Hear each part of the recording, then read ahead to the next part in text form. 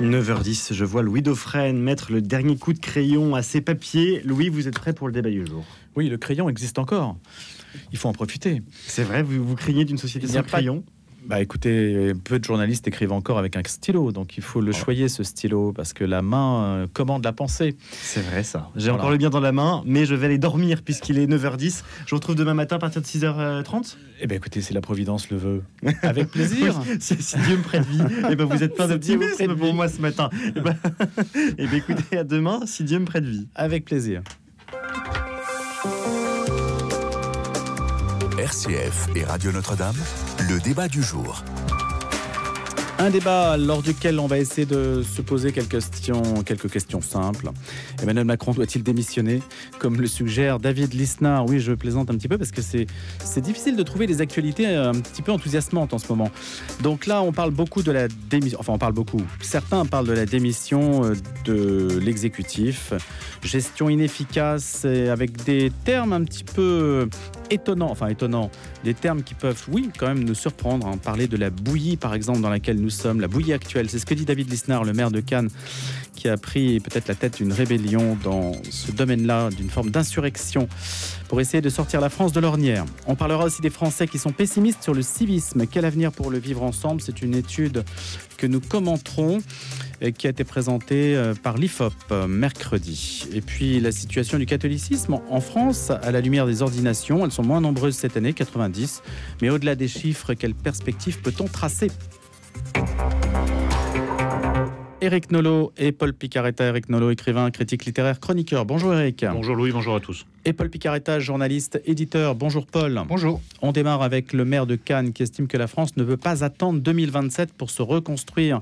Il plaide pour un nouveau cycle politique et une primaire à droite dès que possible. Ça veut dire que la campagne est déjà engagée, Éric? Moi, ça me laisse un peu perplexe parce que, en effet, nous sommes dans une situation de blocage, ce que David Lisnard appelle la bouillie, mais nous sommes aussi dans une situation de grande fragilité. C'est une société très fragile.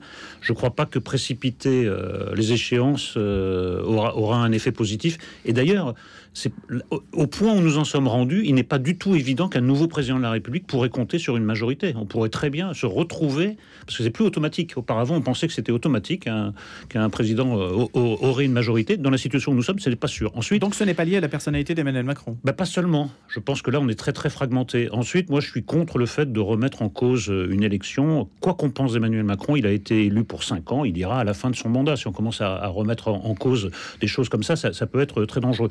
En revanche, en effet, il y a une situation de blocage et on se dit que 2 ans, ça va être encore très long. Donc, au président de la République, qui est en effet complètement démonétisé, de trouver une solution.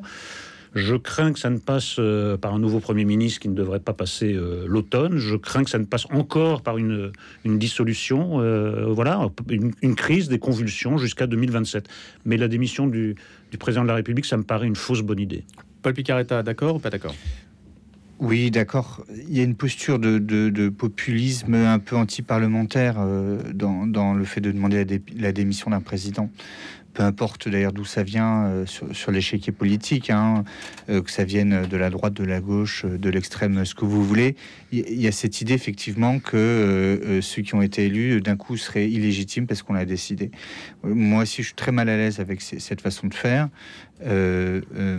Ça pose une question démocratique grave. Je pense que la démocratie est en danger, comme beaucoup de gens. Je pense la même chose que beaucoup de gens, et que c'est pas ce genre de posture qui va aider à consolider les liens démocratiques qu'on a mis des décennies à construire. Mais mise en danger par qui? Les causes matérielles de la fragilité de la démocratie, elles sont à trouver dans plein de choses. Moi, je vais mettre en haut de la liste, je dirais, une certaine forme de capitalisme mondialisé, de libéralisme à tout crin, qui désolidarise, qui rend les liens entre nous plus lâches. Et voilà, mais bon, on pourrait faire la liste est très très longue, quoi. Mais là, c'est hors système de représentation. Vous parlez plus de l'état de la société. Effectivement, mais c'est l'état de la société qui conduit des David Lisnard ou d'autres à demander la démission d'Emmanuel Macron. Et plutôt que d'essayer de reconsolider du lien, ce genre de phrase et de posture ne fait qu'aggraver l'imaginaire, puisqu'il y a aussi un imaginaire qui se joue quand il fait le fait d'en parler ce matin, par exemple, quand il fait la tournée des médias pour demander la démission d'Emmanuel Macron. Il donne du grain à moudre à un imaginaire anti-parlementaire, un imaginaire populiste et qui rend illégitime les institutions démocratiques. Donc, oui, ça craint. Ouais. Et quand il dit, parce que c'est quand même fondé sur ou du moins ça paraît fondé sur une analyse objective. On vient de passer derrière l'Italie en création de richesse par habitant, derrière l'Espagne en industrie manufacturière. On n'a jamais dépensé autant d'argent public. On a 24% d'urgences hospitalières saturées qui ne peuvent plus assurer la continuité du service public. On recrute des fonctionnaires, mais il n'y en a plus sur le terrain à cause de la bureaucratie. Il y a une forme d'urgence démocratique, pourrait-on dire, du côté de David Lisnard. Il y a quelque chose vraiment qui ne va pas, il faut agir maintenant, et on ne peut pas agir parce que c'est bloqué. Non, mais moi je dirais que c'est plutôt l'inverse. Je crois que nous traversons une crise tellement profonde et tellement multifactorielle qu'il faut prendre le temps d'une réflexion, et qu'en 2027, il y a en effet quelqu'un qui incarne tous les changements qui doivent survenir, parce que nous sommes un pays en train de descendre, nous sommes un pays en train de couler.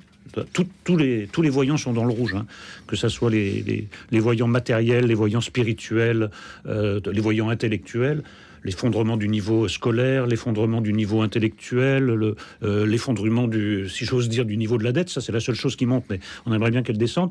Donc, je ne crois pas que c'est dans l'urgence l'urgence d'un débat et qu'on puisse régler tout ça. Au contraire, il faut le temps d'un débat apaisé, mais qui débouche sur de véritables discussions. Moi, je ne vois pas d'ailleurs qui peut incarner à l'heure actuelle cet homme ou cette femme qui pourrait prendre à bras-le-corps tous les problèmes que j'ai esquissés, évidemment, très rapidement. Mais je ne crois pas que se précipiter arrangera les choses. Je pense qu'au contraire, ça les aggravera encore. Un débat sous quelle forme? Parce qu'Emmanuel Macron a essayé de recourir à pas mal de débats sous des formes diverses, conventions citoyennes, grands débats, etc.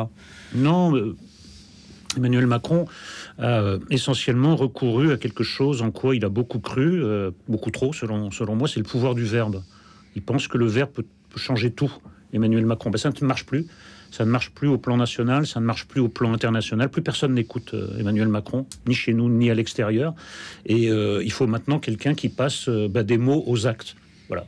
La France va quand même beaucoup plus mal à la fin du deuxième mandat d'Emmanuel Macron qu'au début du premier. C'était pas ça le plan. Comment l'expliquez-vous, Éric Nolot, alors qu'il avait suscité beaucoup d'espoir au moment où il y a eu un vent de dégagisme dans la classe politique française? On se disait justement, on va en finir avec ces partis politiques qui sont un peu toujours les mêmes et qui se partagent le pouvoir, avec une figure nouvelle qui va apporter de l'air frais. C'était ça l'idée quand il est arrivé. Parce qu'il n'y a pas de vision de la France chez Emmanuel Macron. Pour lui, vous savez, quand on définit la France comme une start-up nation, moi, dès que ça commence par l'anglais, la définition de la France, je me méfie. Et ensuite, la France, c'est pas une start-up nation. C'est pas des gens interchangeables, des homo economicus. Il y a autre chose. Il y a une vision de la France. Où est la vision de la France? Où est la vision d'Emmanuel Macron quand il nomme, pour moi, c'est la mère de toutes les batailles, l'école, quand il nomme à la tête de l'éducation nationale des gens qui incarnent des lignes opposées? Il y en a eu 5 ou 6 avec des lignes totalement opposées. Quelle est la vision d'Emmanuel Macron? Mais vous pouvez étendre ça à tous les sujets. Il n'a pas arrêté de louvoyer sur les dossiers de politique étrangère. Où est la cohérence d'Emmanuel Macron? Écoutez, cette incohérence, il la paye maintenant. Ça, ce serait pas grave, mais c'est nous qui la payons collectivement. Paul Picaretta. Pour revenir sur le dégagisme, vous savez, il y a cette idée chez les jésuites, je crois, pas de décision dans la désolation. Cette idée qu'il ne faut pas prendre une décision quand on n'est pas en mesure de le faire, qu'on n'a pas les idées claires. Et les institutions démocratiques, les élections sont là pour ça, justement. Elles sont là pour canaliser, prendre le temps. Elles sont là pour montrer les arguments, prendre le temps d'exposer les idées, d'exposer les visions de la société, justement. Et il faut le respecter, ça. C'est ça qui a été un peu bafoué. Et normalement, c'est le Parlement qui fait ce travail. Ce sont les élections. Oui, mais disons que le rôle des médias aujourd'hui, etc., des médias, mais vraiment au pluriel, hein, il n'y a pas que la presse, mais des médias en règle générale, c'est ce moment-là qui a été un peu bafoué. Et quand on se rappelle l'élection de 2017 d'Emmanuel Macron, ça a été analysé des centaines de fois, mais c'était un candidat des médias, c'était le candidat d'une certaine vision de la France. Et dans cette mesure, d'ailleurs, Emmanuel Macron a une vision de la France. Hélas. Il a une idéologie très particulière qui est l'idéologie de sa classe sociale, de là où il a grandi, voilà, des gens qui l'entourent. Mais c'est une vision ultra minoritaire et qui, de fait, n'est pas une vision commune. Voilà. Néanmoins, il a été élu. Et vous plaidez pour le fait qu'il il a été élu parce que précisément, le débat qui avait été fait en 2017 et celui qui a été fait en 2022 pendant les grandes élections est un débat qui a été apprêté, qui a été préparé, où l'électeur a été conditionné à aller voter dans un certain sens. C'est un peu le rôle en même temps des élections, hein, on peut pas y échapper, mais et je pense que le malaise vient d'ici. Il vient du fait que une certaine vision s'est imposée au détriment de visions qui n'avaient peut-être pas les moyens économiques de se présenter à une élection présidentielle. Voilà, et je pense qu'une partie du malaise vient de là. Et aujourd'hui, comment voyez-vous les choses si on considère que sur la place publique, l'offre politique existe, mais semble-t-il, le président de la République aujourd'hui a réussi quand même à écarter pour combien de temps des concurrents et à se prémunir des extrêmes. Voilà, si on raisonne simplement de manière un peu mathématique sur l'échiquier, c'est-à-dire qu'il n'y a pas tellement d'offres alternatives. Éric Nolot, non ? Ça dépend comment vous comptez. Si vous additionnez les extrêmes, on peut dire que le bilan d'Emmanuel Macron, ça aurait été fait de précisément le contraire, de faire monter les extrêmes. Mais on peut les additionner ? En tout cas, ça fait beaucoup de mécontentement. C'est-à-dire, ça fait beaucoup de gens qui, avec des idées souvent opposées, il est vrai, conspirent quand même contre ce que représente Emmanuel Macron.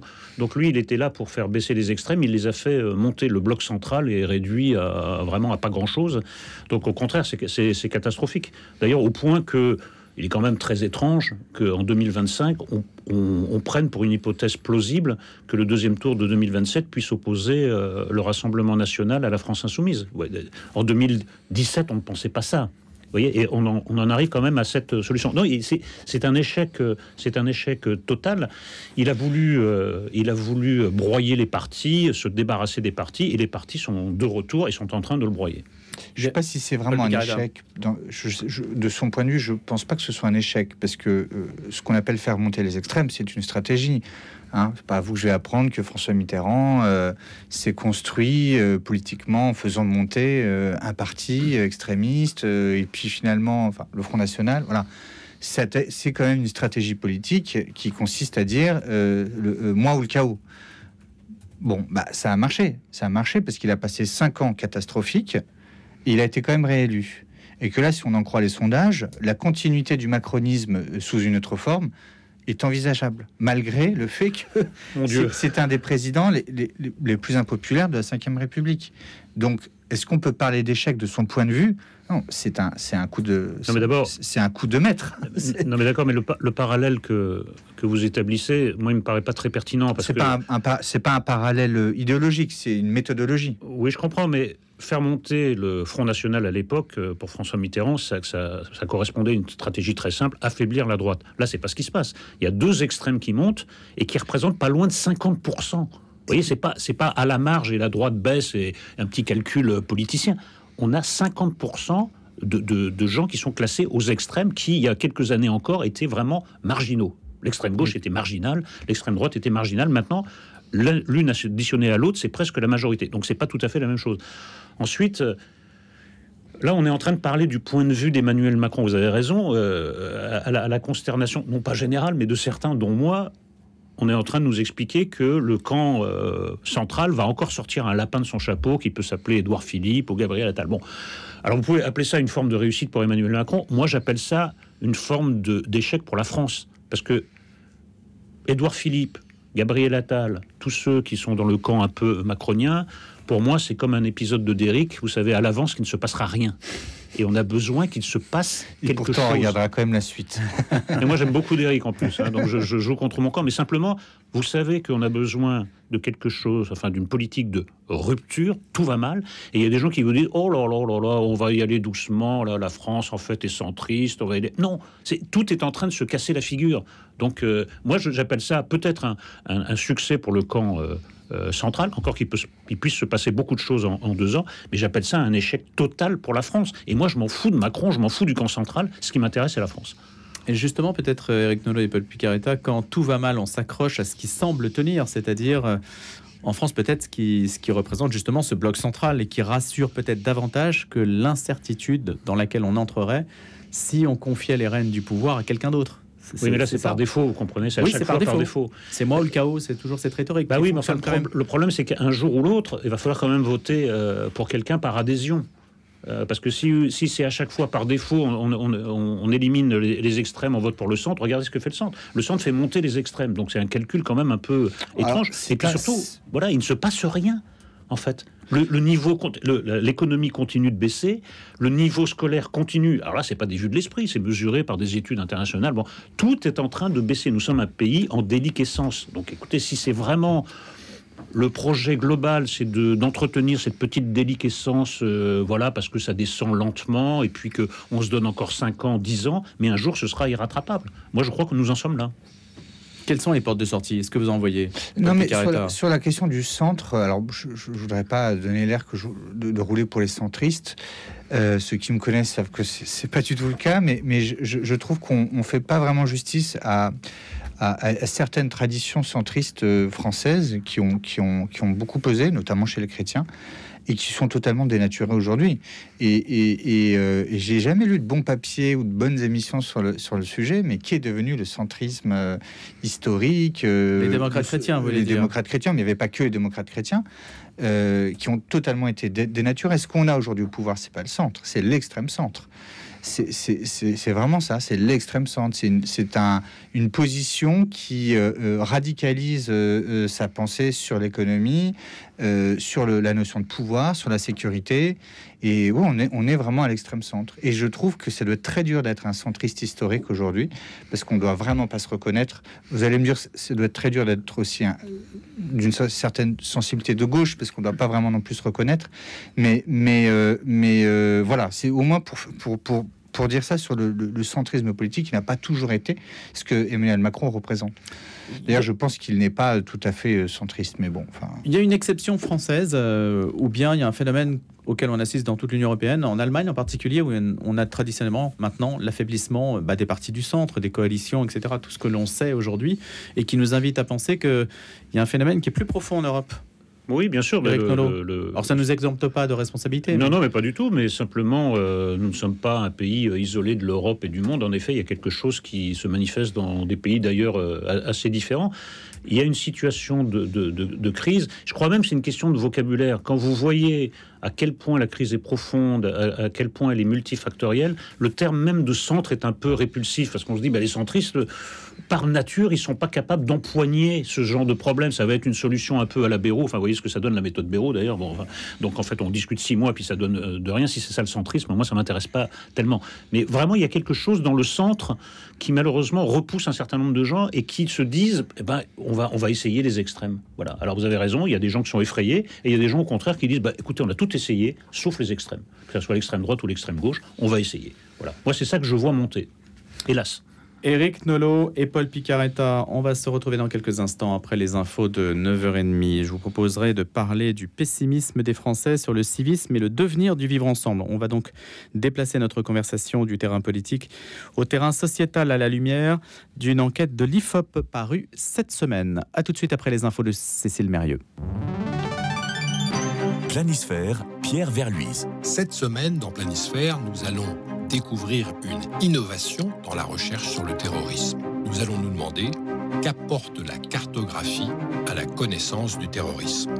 C'est cette semaine dans Planisphère. Planisphère, tous les mardis à 18h30 et le samedi à 9h30. Salon du vin bio sur la péniche Marcounet à Paris. Le lundi 30 juin, de 9h à 18h, découvrez une sélection unique de vins bio avec une majorité de cuvées bordelaises. Profitez aussi de crus d'autres régions comme la Bourgogne, la Vallée du Rhône et l'Alsace. Rencontres avec des vignerons passionnés, dégustation et échange au fil de l'eau, un rendez-vous incontournable pour les amateurs de vin. Plus d'informations sur salonduvinbio.com. Bonjour, c'est Bruno Courtois, directeur de RCF Notre-Dame. Comme moi, vous avez été ému et heureux de découvrir le visage de notre nouveau pape Léon XIV. À Rome, à Paris, à Lyon et dans toutes les radios du réseau, nous sommes mobilisés pour décrypter pour vous et avec vous les enjeux de l'Église, les chantiers à venir et toutes les raisons d'espérer. Soutenez-nous financièrement et n'hésitez pas à parler de nous autour de vous. C'est important car plus que jamais, la voix des radios chrétiennes est attendue. Envoyez vos dons au 6 boulevard Edgar Quinet, à Paris dans le 14e ou via notre site ou notre application. Merci beaucoup.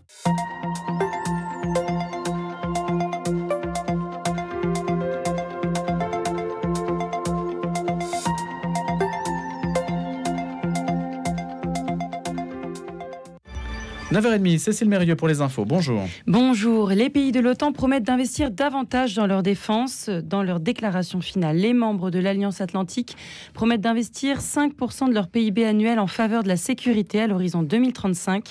Des niveaux difficiles à atteindre, ont prévenu plusieurs dirigeants européens, voire déraisonnables selon le Premier ministre espagnol. Le président américain l'a aussitôt menacé de faire payer ses réticences sur le plan économique. Washington a annoncé hier une reprise la semaine prochaine des discussions entre les États-Unis et l'Iran. Donald Trump évoque un possible accord sur le programme nucléaire iranien, retardé selon lui de plusieurs décennies par les frappes américaines. Volodymyr Zelensky a signé un accord avec le Conseil de l'Europe pour instituer un tribunal spécial pour l'Ukraine. Ceci afin de poursuivre et juger les responsables de crimes d'agression contre son pays. Le président ukrainien espère voir un jour juger Vladimir Poutine. Suite de l'imbroglio sur les retraites. François Bayrou livre cet après-midi le résultat de sa tentative de la dernière chance pour sauver la concertation entre partenaires sociaux. Le Premier ministre a assuré hier devant le Sénat que s'il demeure des points de désaccord, le gouvernement les tranchera et prendra ses responsabilités. La dette colossale de la France a encore gonflé au premier trimestre, annonce de l'INSEE. Elle grimpe à près de 4 milliards d'euros supplémentaires pour atteindre presque 350 milliards. Le gouvernement, en quête d'un budget pour 2026, réunit un comité d'alerte sur les aléas susceptibles d'affecter les finances publiques. Le chikungunya circule à un niveau sans précédent aussitôt dans l'année en métropole. Nous en sommes à presque 8 cas autochtones détectés, signale l'Agence de santé publique. Elle établit un lien direct avec l'épidémie en cours depuis plusieurs mois à La Réunion. Et alors que les soldes viennent de débuter hier, savez-vous que plus de la moitié des vêtements dans nos placards restent inutilisés? C'est ce que rapporte l'ADEME dans une étude observée des habitudes des consommateurs français. Il précise que parmi les stocks dorment presque 120 millions de pièces neuves. Merci Cécile Mérieux. RCF et Radio Notre-Dame, le débat du jour. Cela va ajouter à la discussion qu'on a déjà eue. Les Français sont très pessimistes sur le devenir de la société française et sur son civisme. Chose qui a été étudiée par l'IFOP. 86% d'entre eux jugent que la tendance est davantage à la réussite et à l'enrichissement individuel qu'à l'attention au collectif. On ne fait pas assez attention aux autres. On ne le répétera jamais assez sur cette antenne. Alors, parmi les incivilités qu'on reconnaît pratiquer, ça peut paraître un petit peu étonnant, mais on va demander à Paul Picaretta et à Eric Nolot comment ils se situent, arrive largement en tête le fait de dépasser les limitations de vitesse. 67%, c'est ce que je reconnais pratiquer. Et ne pas garer ma voiture dans un espace autorisé pour 41%. Voilà ce qui complique le civisme. C'est l'un des aspects de ce baromètre qui est par ailleurs très fouillé. Les personnes interrogées ressentent en outre une augmentation de l'agressivité verbale depuis la fin de l'épidémie de Covid-19 dans la rue, 76% comme en politique, dans les médias ou sur les réseaux sociaux. Là, on est dans des proportions très importantes. À plus de 70%, on ressent l'augmentation de l'agressivité verbale. C'est votre cas aussi, Eric Nolot et Paul Picaretta, Paul ? Moi, ce qui m'a étonné dans ce sondage, c'est plutôt ça. Pourquoi ? En fait, je me suis dit, qu'est-ce que c'est ? Pourquoi un sondage comme ça ? Le sondage. Ce n'est pas une bonne idée ? Je sais pas. C'est pas une question de bonne ou mauvaise idée. C'est pourquoi maintenant, qui l'a commandé, quelle était la méthodologie et qu'est-ce que ça raconte en fait. C'est vraiment ça que je me suis posé. Bon, comme question. Alors effectivement, ce sondage, il est situé. On voit qu'il pousse en avant. Donc pour préciser un peu, alors je pas eu le temps de m'y plonger, mais c'est donc un institut qui s'appelle le Passeport du civisme. Oui, le Passeport du civisme, absolument. Voilà. C'est l'association, le Passeport du civisme, j'aurais dû le dire. Donc, qui est le président est un maire LR qui fait partie qui a été formé récemment, qui est passé par l'Institut Politicae, qui est le fameux institut issu du projet Périclès de Pierre-Édouard Sterrin. Voilà, comme ça, ce n'est pas indiqué. J'avoue que. Effectivement, il faut. Mais quand j'ai vu le sondage, je me suis dit, ça m'évoque des trucs. Il faut quand même un petit peu gratter. Bref. Donc du coup, il est situé quelque part ce sondage. Merci de l'avoir fait. Et qu'est-ce qu'il m'apprend il m'apprend pas grand-chose en fait. Il m'apprend surtout des choses sur les biais. En fait, quand on met en avant le fait que effectivement les autres ils sont plus mal élevés que nous, etc. Bon. ça dit pas grand-chose sur c'est un sondage qui ne propose pas de solution politique, qui va pas creuser sur précisément les biais que les individus peuvent avoir, que les sondés peuvent avoir. Bref, donc vraiment, j'ai eu du mal à me faire un avis. En fait, ça vous paraît inutile de dire, par exemple, que la très grande majorité des personnes interrogées s'accordent sur l'idée que la définition d'un bon citoyen commence par le respect des règles de vie commune, le respect des autres, quelles que soient leurs origines, la préservation de l'environnement. C'est les 3 points qui arrivent en tête. Ça vous paraît être un petit peu inutile de dire ça, Éric Nolot? C'est pas que ça me paraît inutile, c'est que vraiment, le problème du vivre ensemble... D'ailleurs, je note... pour être tout à fait franc, que cette expression m'a toujours donné de l'urticaire, le vivre ensemble. Expliquez pourquoi. Ça me paraît empreint d'un humanisme un peu doucereux, un peu sirupeux, d'un idéal de développement personnel qui ne me parle pas. Mais vraiment, ce sondage, ou les gens qui ont commandé ce sondage, pensent que le problème du civisme en France, c'est les gens qui dépassent les limitations de vitesse. Vraiment. Il n'y a pas d'autre problème. Il n'y a pas eu... Après la victoire du Paris Saint-Germain en Ligue des Champions, après la fête de la musique, les problèmes de civisme, ça a été le dépassement des limitations de vitesse? Non. Ça a été le déchaînement sur une base d'ensauvagement de gens qui, alors eux, ne veulent pas vivre ensemble. Ça a été le fait que des femmes se font piquer maintenant, vous avez vu, 150 femmes se sont piquées, c'est-à-dire qu'on leur a injecté ces substances toxiques. Et vraiment, le problème, c'est la circulation? Moi, je ne crois pas. Je crois que le problème, c'est qu'il y a une partie de la société, parce qu'il y a un lâcher-tout, un lâcher-prise, qui est passé du côté de l'ensauvagement. Là, ils ont confisqué à un gamin de 8 ans son couteau, et le gamin, d'ailleurs, a expliqué qu'il voulait planter quelqu'un avec son couteau. On en est là. Quiconque prend les transports en commun, ce qui est mon cas, voit qu'en effet, il y a une nervosité qui est montée d'un cran, que ce qui était auparavant un petit incident est devenu de la violence, et ce qui était auparavant de la violence est devenu de l'hyper-violence. Il y a une montée de la violence verbale. Alors les réseaux sociaux, n'en parlons pas, là c'est vraiment... Bon, ça fait très très longtemps que c'est parti en vrille, mais... Donc, moi je crois que c'est ça qu'il faut regarder en face. Moi j'ai pas regardé tout ce sondage, mais j'espère qu'ils prennent aussi ça en compte, parce que moi... Ça vous paraît très en deçà, en fait, de la réalité? Ça me paraît totalement à côté de la plaque. C'est-à-dire, ces gens-là vivent dans une dimension parallèle. Alors évidemment, moi je préférerais que Paris soit plus propre, en effet, par rapport à d'autres capitales européennes, c'est terrible. Le manque de civisme, les mégots, c'est un fléau. Les papiers, les gens, il y a des poubelles partout, mais ils préfèrent les mettre par terre. Je ne dis pas que ça n'est pas important, je ne dis pas que je n'y prête pas attention, mais ça me paraît des problèmes tout à fait secondaires par rapport à cet ensauvagement que je vois monter jour après jour. Après, si on poursuit le sondage, on s'aperçoit que la dépêche AFP a repris un peu tel quel la proposition initiale du décrypteur du sondage. C'est-à-dire qu'il considère que la gauche, c'est les électeurs d'Emmanuel Macron, et que la droite, c'est le Rassemblement national. Et pour la France insoumise, ils disent la France insoumise. Donc ça induit un petit peu en erreur les représentations politiques. Donc c'est un sondage très orienté. Et ensuite, quand on continue, quelle est la figure qui nous est présentée comme le civisme absolu? Louis, c'est marqué le policier. Le policier et gendarme. Policier à la tête gendarme. des catégories citées pour leur exemplarité, 73%. Ouais, c'est quand même... Après, il y a les maires, 70%, qui pourtant sont un peu dépressifs en ce moment, disait David Lisnard. Mais comme c'est commandé par un sondage de maire, c'est logique qui pousse la figure du maire, quoi. Voilà. Et puis, c'est quoi l'opposé du maire pour eux? C'est les parlementaires, c'est-à-dire les députés, les sénateurs. Donc on est quand même dans un sondage très situé politiquement. Donc c'est pour ça que le contenu, personnellement, je m'en fous complètement. Ce qui m'intéresse, c'est pourquoi quelqu'un a voulu commander ce sondage et quelle était l'idée qu'il fallait mettre en avant. Écoutez, et je pense que dans le fond, ils seraient plutôt d'accord avec vous. C'est plutôt des gens qui diraient vous avez vu les incivilités après le PSG, vous avez vu les gens sont dégueulasses, ils savent pas se tenir, etc. Et pourtant, ça n'apparaît pas. Je pense que moi, ça m'a sauté aux yeux entre les lignes. Vraiment, c'est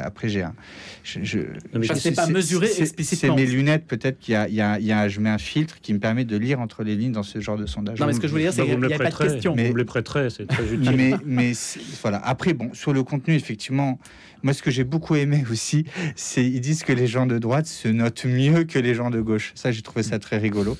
C'est-à-dire qu'ils ont une meilleure perception d'eux-mêmes que les autres.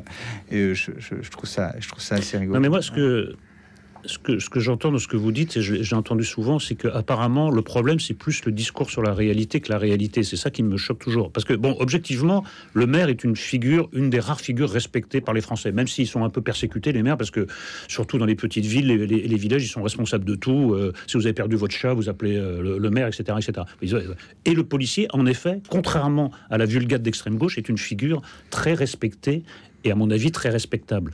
Parce qu'à mon avis, dans la situation où on est, il n'y a que deux solutions. Soit c'est les voyous qui font la loi, soit ce sont les policiers. Moi, je préfère que ce soit les policiers.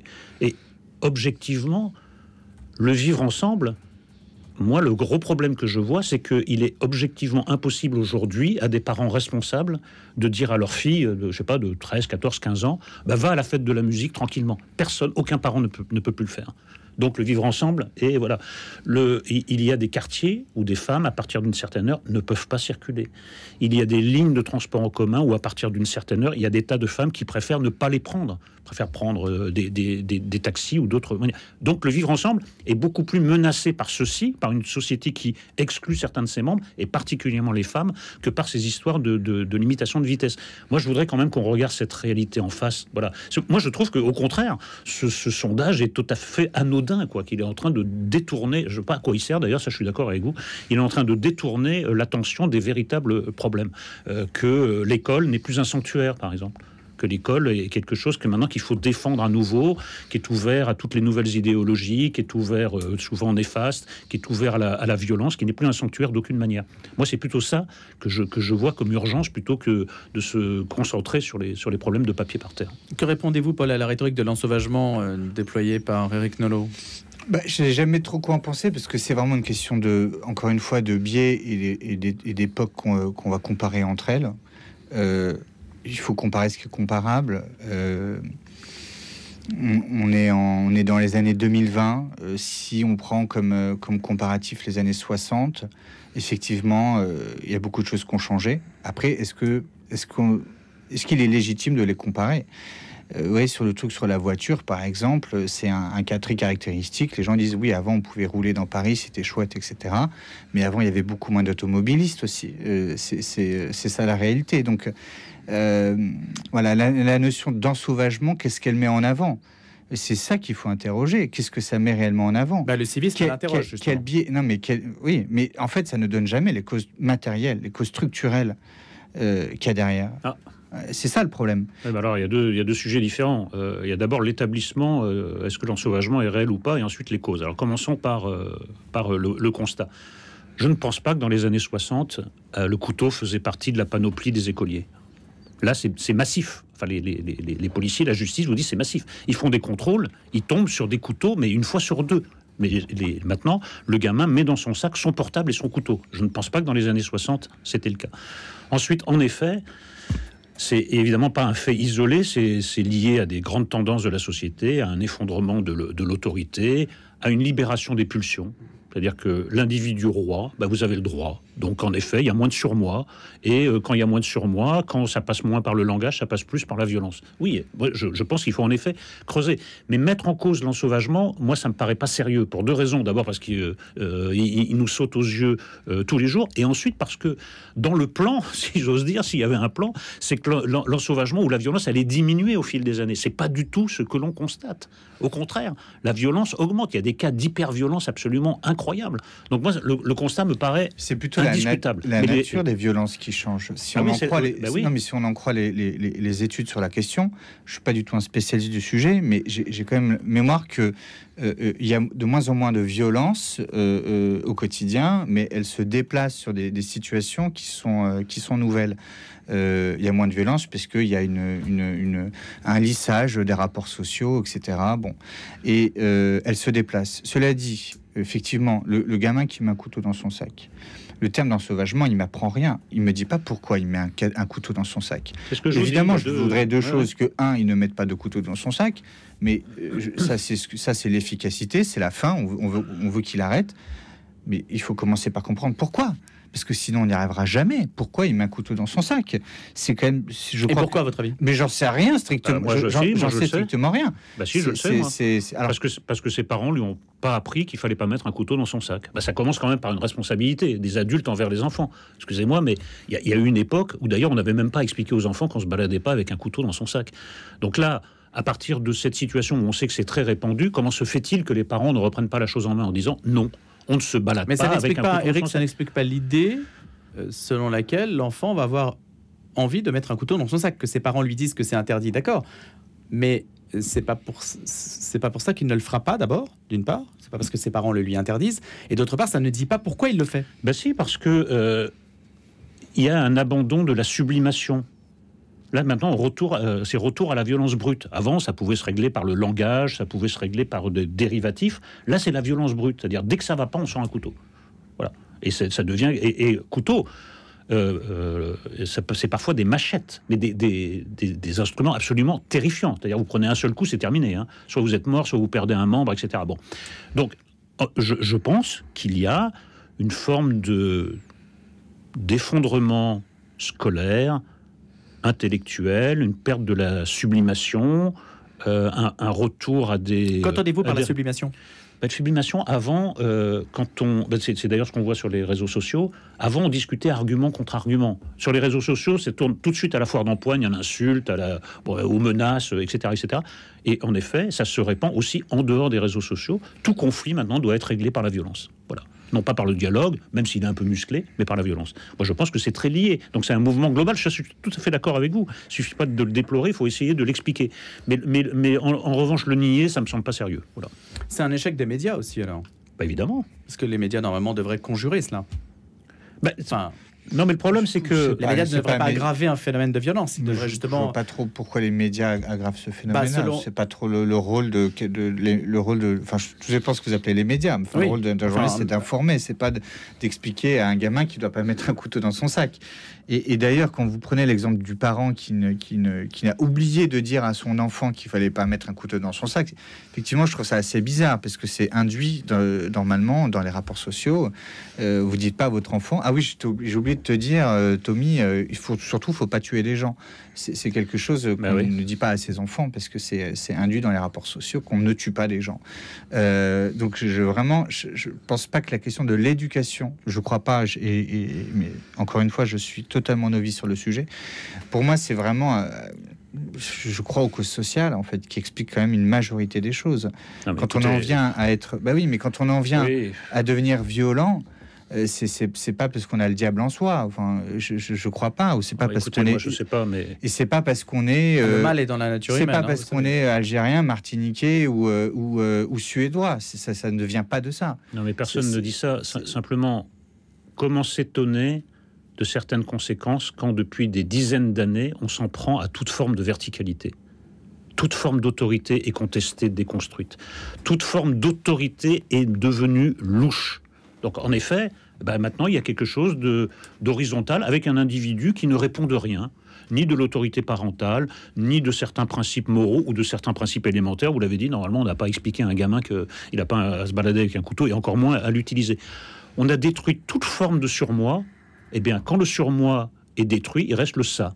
Voilà. Et c'est le ça qui est en train de se déchaîner partout. Alors, parfois, ça prend des formes un peu anodines, folkloriques, c'est les réseaux sociaux. Parfois, c'est beaucoup moins folklorique, c'est le couteau ou la machette. Mais on ne peut pas s'étonner de cet effondrement des comportements quand on a sapé toutes les formes d'autorité. Et je ne suis pas pour revenir au patriarcat, je ne suis pas pour revenir à des formes caricaturales non plus d'autorité. Simplement, il y a un laisser-aller général et ce laisser-aller produit les effets que nous déplorons aujourd'hui. Alors, est-ce que vous êtes d'accord, mais est-ce que vous divergez sur les causes? Parce que quand vous parlez de causes sociales, qu'est-ce que vous voulez dire en fait? Les causes matérielles, les causes matérielles, les causes parce qu'Éric Nolot ne parle pas de causes sociales. Ah bah non, bien sûr. J'en ai un peu marre de ça, pour tout vous dire. Oui, bah moi j'y crois si on peut utiliser ce terme-là. Mais dites-nous à quoi vous croyez précisément pour qu'on comprenne le mécanisme. Je dirais qu'il y a à chercher des causes économiques, c'est-à-dire globalement quand vous êtes pas un privilégié, que vous avez grandi dans des situations matérielles qui sont très précaires, ça produit de la violence. C'est la première violence, en fait, que vous subissez.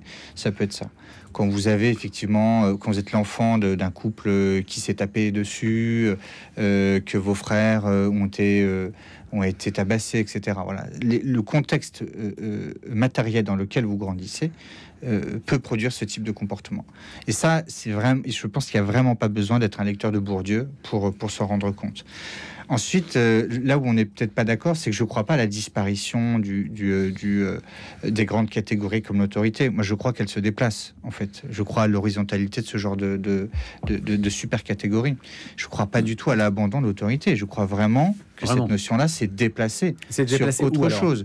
Ben, si vous vouliez, on va dire que dans notre société post-Seconde Guerre mondiale ou XXe siècle, vous avez les grandes figures, l'instituteur, le policier, etc. Bon, toutes ces grandes figures que nos grands-parents nous ont transmises, elles se sont déplacées, ces grandes figures d'autorité.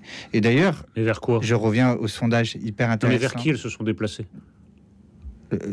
Quelle est la figure qui est mise en avant, qui est détestée par les sondés tout à la fin c'est l'influenceur. En général, il y a les journalistes. Oui. L'influenceur. Ouais. L'influenceur est vu comme la figure qui vient saper, on va dire le lien, le civisme.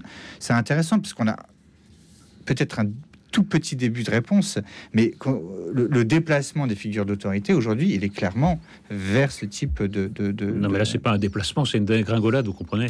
Quand vous remplacez l'instituteur par l'influenceur, c'est une dégringolade, c'est pas un déplacement. C'est-à-dire, c'est pas du tout le même rôle. L'influenceur n'est pas là pour vous élever. Je sais pas, Camus, le premier homme, vous voyez, ou Peggy, ce qui disait des instituteurs. L'influenceur, alors donc vous allez plutôt dans mon sens. C'est-à-dire que c'est pas une figure d'autorité, l'influenceur. C'est une figure d'envie, c'est-à-dire qu'il y a des gamines de 14 ans qui veulent devenir influenceuses maintenant. Voilà, c'est leur projet de vie. Et elles veulent d'ailleurs, dès 14 ans, subir des opérations esthétiques pour devenir influenceuses. Excusez-moi, c'est pas ça que nous enseignaient nos instituteurs. Donc il y a quand même une crise de l'autorité, de la transmission. Ensuite, le côté social, alors évidemment que ça joue, mais enfin, il faut arrêter quand même avec la jurisprudence Jean Valjean, parce que, si vous voulez, il y a des gens qui grandissent dans des situations très difficiles, très précaires, et qui font des choses qui sont des gens bien, des gens honnêtes dans la vie. Si vous voulez, il n'y a pas une fatalité. Moi, ce côté social, en effet, toute cette culture de l'excuse, les pauvres gens, c'est un peu insultant pour tout le monde, d'ailleurs, parce qu'il y a quand même une majorité de gens qui, dans des milieux modestes, eh bien, sont des gens bien, et même des gens qui connaissent des formes de réussite diverses. Donc moi, j'en ai un peu marre de cette culture de l'excuse, vous voyez, de cette culture sociale, parce qu'elle me paraît quand même de moins en moins efficace, de moins en moins efficiente, de moins en moins explicative. En fait, c'est pas son but. Son but, c'est pas effectivement d'être efficace. Son but, c'est d'expliquer. Moi, je crois pas cette expression culture de l'excuse. Je la comprends pas.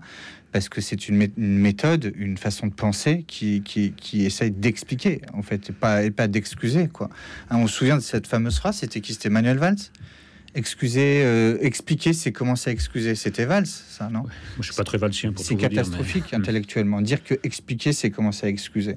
Oui, c'est catastrophique. On a quand même le droit d'essayer de comprendre, de poser des questions, etc. Parce que, évidemment, moi, je veux qu'in fine, mes enfants aillent dans une école où ils se prennent pas de coups de couteau. Parce que je veux, c'est pas uniquement des flics à l'entrée de l'école qui vont vérifier les couteaux. C'est que je voudrais une société où il n'est pas besoin de le faire, en fait.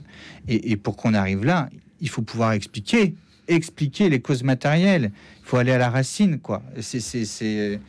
Voilà. À condition que cette démarche, vous ne décidiez pas par avance les conclusions, parce que c'est ça qui se passe en réalité. C'est-à-dire qu'on va toujours arriver aux mêmes conclusions. C'est pas leur faute, les pauvres, parce que je vous dis pas que évidemment que ça arrive, mais simplement ça devient trop systématique comme excuse. Il y a des gens, je vous dis, à partir de conditions très défavorables, qui font des parcours de vie formidables, exceptionnels. J'ai plutôt envie de mettre ça en avant, plutôt que d'excuser n'importe quel voyou. Oui, vous n'êtes pas si décliniste que ça, parce que vous avez envie quand même de croire un petit peu à ce système méritocratique. Vous savez, moi j'ai longtemps joué au football et j'étais avant-centre. Et si à 1 minute de la fin on était mené 5-0, le match était perdu, mais si j'avais une balle favorable, j'essayais quand même de marquer un but. Je préfère perdre par 5-1 que par 5-0. Donc je suis à la fois très pessimiste, mais je suis d'un pessimiste un peu actif. Simplement, je vous dis que sur la trajectoire que nous suivons, là, ça va aller très très mal. Parce que les gamins, maintenant, le niveau baisse. tellement que ça va vraiment poser des problèmes. En plus, l'influence du téléphone portable, je ne vous parle pas du mésusage du portable, je vous parle même de l'usage tout court, est en train de ruiner la civilisation. C'est-à-dire de ruiner la civilisation telle que nous l'entendons. Et vous allez avoir de plus en plus, sur cette base-là, des comportements de gens qui ne supportent aucune forme de frustration. Parce que le portable, les réseaux, c'est une forme de satisfaction immédiate. Je crois que le temps d'attention sur TikTok, maintenant, c'est descendu à 8 secondes. C'est-à-dire qu'on ne supporte pas que ça dure plus de 8 secondes, vous voyez. Et quand vous êtes biberonné à ça, dans la vie, vous ne supportez aucune frustration. Il y a quand même... moi, je trouve ça plus intéressant d'examiner ça que de dire « Ah, le pauvre, mon Dieu, sa maman travaillait tard. » Oui, il y a plein de mamans qui travaillent tard et leurs enfants font quelque chose dans la vie. J'en ai un peu marre, en fait, de cette vulgate de gauche, pour tout vous dire. Après, cela dit, en fait, on n'en sait rien de ce que va faire cette génération alpha et les 2 dernières générations. Parce que là, on en parle, on commente, etc. On dit ils sont trop ci, ils sont trop cons, ils sont trop cela, etc. Trop cons, non. Oui, mais de notre point de vue, nous, parce qu'on est un peu des intellectuels, on les voit un peu comme des abrutis qui ne tiennent pas plus de 8 secondes devant un téléphone portable. Bon, moi, n'étant pas si vieux, je me souviens très bien que c'est ce qu'on me disait déjà il y a 15 ans, qu'on était des abrutis. Bon, finalement, je m'aperçois ma génération a su faire des choses, elle s'est politisée, elle a fait des marches pour le climat, elle a fait plein de choses. Et donc... Vous avez quel âge ? Moi, j'ai 35 ans. D'accord. Et vous ? 64. Voilà. Donc, on a plus d'une génération d'écart. Et je me souviens très bien que vraiment, c'était quelque chose qu'on nous disait il y a 20 ans, quand on était au collège.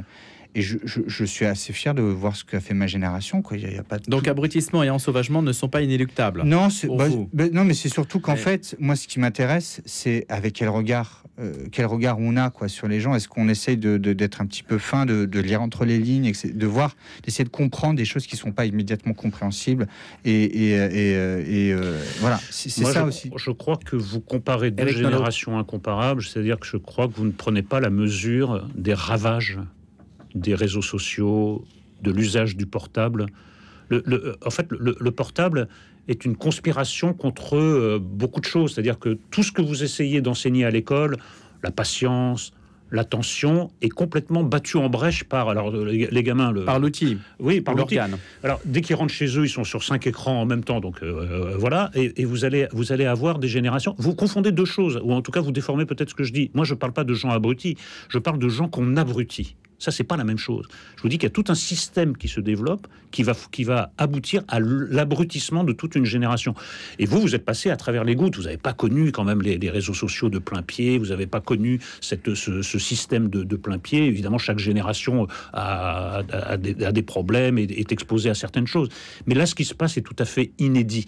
Et vous, heureusement, vous n'avez pas eu à subir ça. Mais je vous jure que les gamins, parlez avec les profs. Ça devient impossible d'obtenir une forme de concentration. Et maintenant, le problème, c'est que les profs qui arrivent maintenant au professorat sont des résultats de cette culture. Et on les prend maintenant à 4 sur 20. Vous voyez, on est obligé de les prendre à 4 sur 20 parce qu'il y a une crise des vocations. Je pense qu'il y a un tournant civilisationnel. Une transition, une crise des vocations. Eh ben oui, mais malheureusement, on arrive au terme de cette... échange. Je vous remercie beaucoup parce que la crise des vocations, on aurait pu l'aborder effectivement à travers le 3e sujet que nous avions sélectionné sur l'état du catholicisme en France au regard du nombre d'ordinations cette année, 90. Et on aura l'occasion bien sûr d'y revenir prochainement puisque c'est la semaine qui est consacrée. Je vous remercie beaucoup tous les deux. Paul Picaretta, journaliste, chroniqueur et qui était accompagné en présence d'Éric Nolot, qui est également donc des nôtres et qui vient régulièrement aussi sur cette antenne pour commenter l'actualité. Merci à tous les deux et bonjour Melchior Gormand.